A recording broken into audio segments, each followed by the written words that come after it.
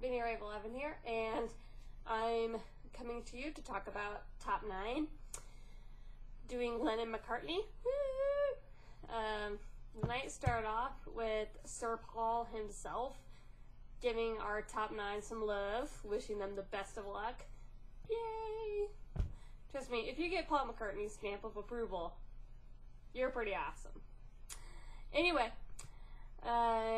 first of the night was Aaron Kelly. I kind of figured that he would struggle with song choice this week, and I was right. Seriously? Okay, first it was David Cook. Last week was Chris Allen. This week, David Archuleta. He did The Long and Winding Road, and yeah, I definitely think he was probably the weakest of the night, and he also went first, and so I definitely think he could be a surprise for the bottom 3. I found his performance to be quite boring a little bit, and I thought he sang it fine, but it was just kind of boring and kind of, so there's not really much to say, is there? Yeah. Next up was Katie Stevens. She's someone else that I thought would struggle with song choice this week, but I thought she sang Let It Be very, very fine. It doesn't stack up to Brooke White or Chris Allen's versions at all, but I thought for a Katie Stevens performance, this was pretty good. Next up was Andrew Garcia doing Can't Buy Me Love.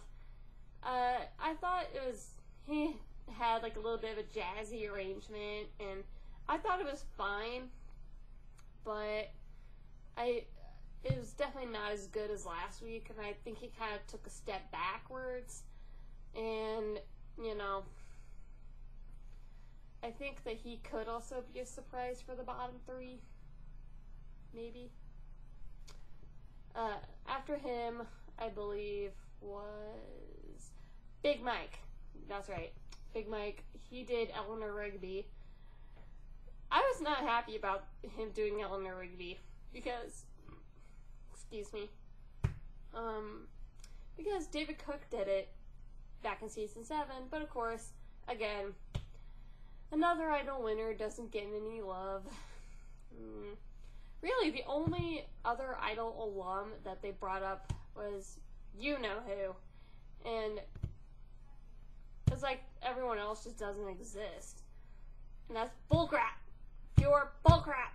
Anyway, anywho, I thought Big Mike's vocals were breathy and kind of flat, and I just didn't feel it the way I felt Cook's version of it, I guess. And I don't know, I wanted to like it, but I just couldn't.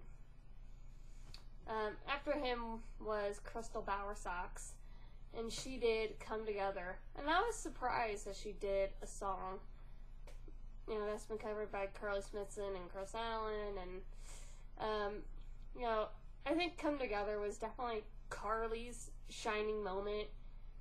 Leave it alone. And Chris, I thought, did a good job with it last year. Very, very underrated. In Crystal's version, she definitely did her style of that song, bringing out the didgeridoo. I don't know how to say it, but yeah. But it was fine. It was definitely her version of the song, and I can't believe that she didn't get called out for botching her lyrics. Oh well.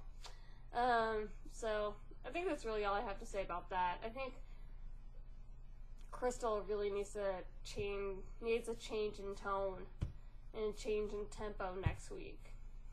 So, because if she starts doing kind of like the same type of songs every week, people are gonna get bored with her, and she'll get voted out early, which cannot happen. I refuse to let that happen.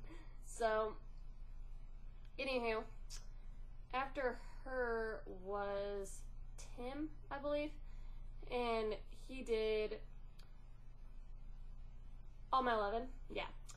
All My Lovin', and this may sound completely crazy, but he wasn't horrible. He wasn't horrible.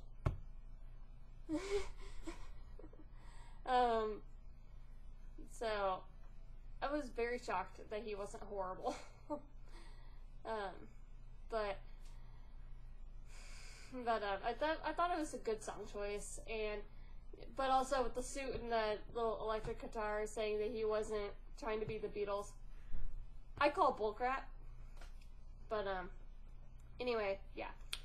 After him was Casey, who I thought was the best of the night. He did Jealous Guy, which kind of surprised me because that's John Lennon's song, not a Lennon McCartney song.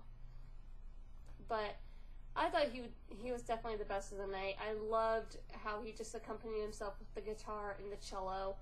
I loved how he really brought those lyrics to life. I loved how his voice sounded this week. He sounded a lot like Bob Seger. Like, almost note for note like Bob Seger. Which is not a bad thing.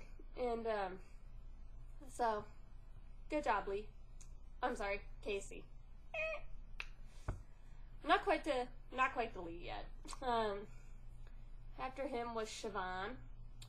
Siobhan did Across the Universe. I wasn't expecting them to bring up Michael Johns' version. So, yeah. I thought Randy was right when he said that she sang it beautifully, but it was kind of sleepy.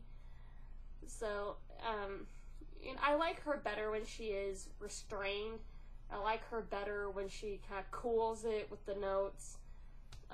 So I thought vocally this was great, but it was kind of sleepy. The arrangement was kind of sleepy. So, yeah. And last of the night was Lee. He did Hey Jude. And just when I heard that he was doing Hey Jude, I think I even put in my notes, Dee Dee!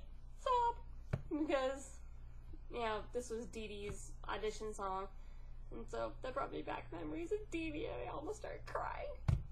Anyway, I thought he did a very, very good job.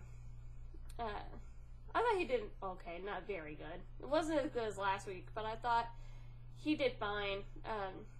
I thought the bagpipe player was hilarious.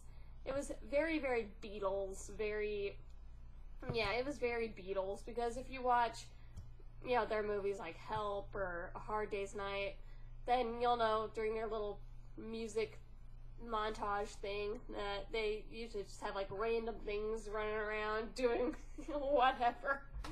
So I thought it was a very appropriate tribute to the Beatles. And I also love that it was his idea to bring out the bagpipe player, because it's like, wow, that was pretty gutsy, dude.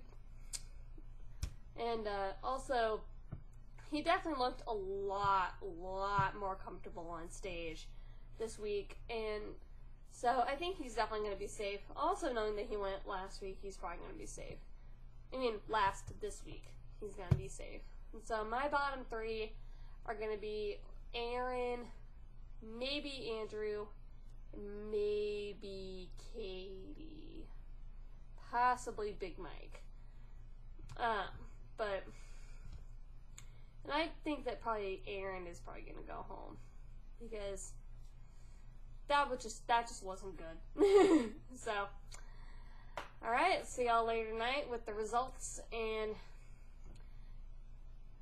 speaking of David Archuleta, we're going to see Archuleta tonight. So, the Archangels, get excited. Even though I didn't really care for Archuleta that much. Oh well. So, good job, guys, and I'll see you tonight.